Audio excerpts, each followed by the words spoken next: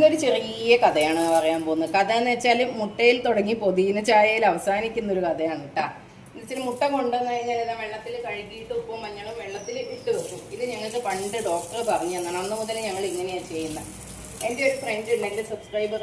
അപ്പോൾ അവൾ ഒരു ദിവസം പറഞ്ഞിട്ടുണ്ട്, നിൻ്റെ വീഡിയോ കണ്ടതിന് ശേഷമാണ് നേന്ത്രപ്പഴം കഴുകാൻ തുടങ്ങിയതെന്ന്. അപ്പോൾ അങ്ങനെ ഇതുപോലുള്ള കുഞ്ഞു കുഞ്ഞു എന്തെങ്കിലും ടിപ്സൊക്കെ ഉണ്ടെങ്കിൽ ചാനലിലൂടെ ഞങ്ങൾക്കും കൂടെ പറഞ്ഞു തരണമെന്ന് പറഞ്ഞിട്ട്, അപ്പോൾ അതുകൊണ്ടാണ് ഞാൻ ഇങ്ങനെ ചെയ്യുന്നത്. ഇനി ഇതാ മല്ലിയിലയും പുതിനയും കൊണ്ടുവന്ന് ഞാൻ കഴുകിയിട്ട് ആദ്യം ഇതേപോലെ ഉപ്പും മഞ്ഞളും വെള്ളത്തിൽ കഴുകിയിട്ട് വെള്ളം വാരാൻ വെച്ച് കഴിഞ്ഞതിന് ശേഷം ഇതുപോലെ ടവലിൽ വെച്ച് ഉണക്കി കഴിഞ്ഞിട്ട് പിന്നെ സിപ്ലോ കവറിലാക്കി വെച്ച് കഴിഞ്ഞാൽ ഒന്നും ആവില്ല. കുറേ ദിവസം വരെ നമുക്ക് ഫ്രഷ് ആയിട്ട് തന്നെ കിട്ടും. കുറേ ദിവസം കഴിഞ്ഞ് കഴിയുമ്പോൾ പിന്നെ അതിങ്ങനെ ചെയ്യാൻ തുടങ്ങും. അപ്പോൾ ഈ പുതിന ഈ ഫാറ്റി ലിവറിന് ഏറ്റവും നല്ലതാണ്. ഞാൻ ഈ അടുത്താണ് അതിന്. അപ്പോൾ നിങ്ങൾക്കൊരു സംശയം ഉണ്ടാവും, ചേച്ചിക്ക് എന്താ ഫാറ്റി ലിവർ ഉണ്ടോ? ഞാൻ കുറച്ച് ഫാറ്റി ആണ്, പക്ഷേ എൻ്റെ ലിവറിന് കുഴപ്പമൊന്നുമില്ല. പക്ഷെ എന്നാലും നമ്മളൊരു പുതിന ചായ ഉണ്ടാക്കി കുടിക്കാമല്ലോ എന്ന് കരുതി ഞാനിതാ കുറച്ച് പുതിന ചായ ഉണ്ടാക്കട്ടെ.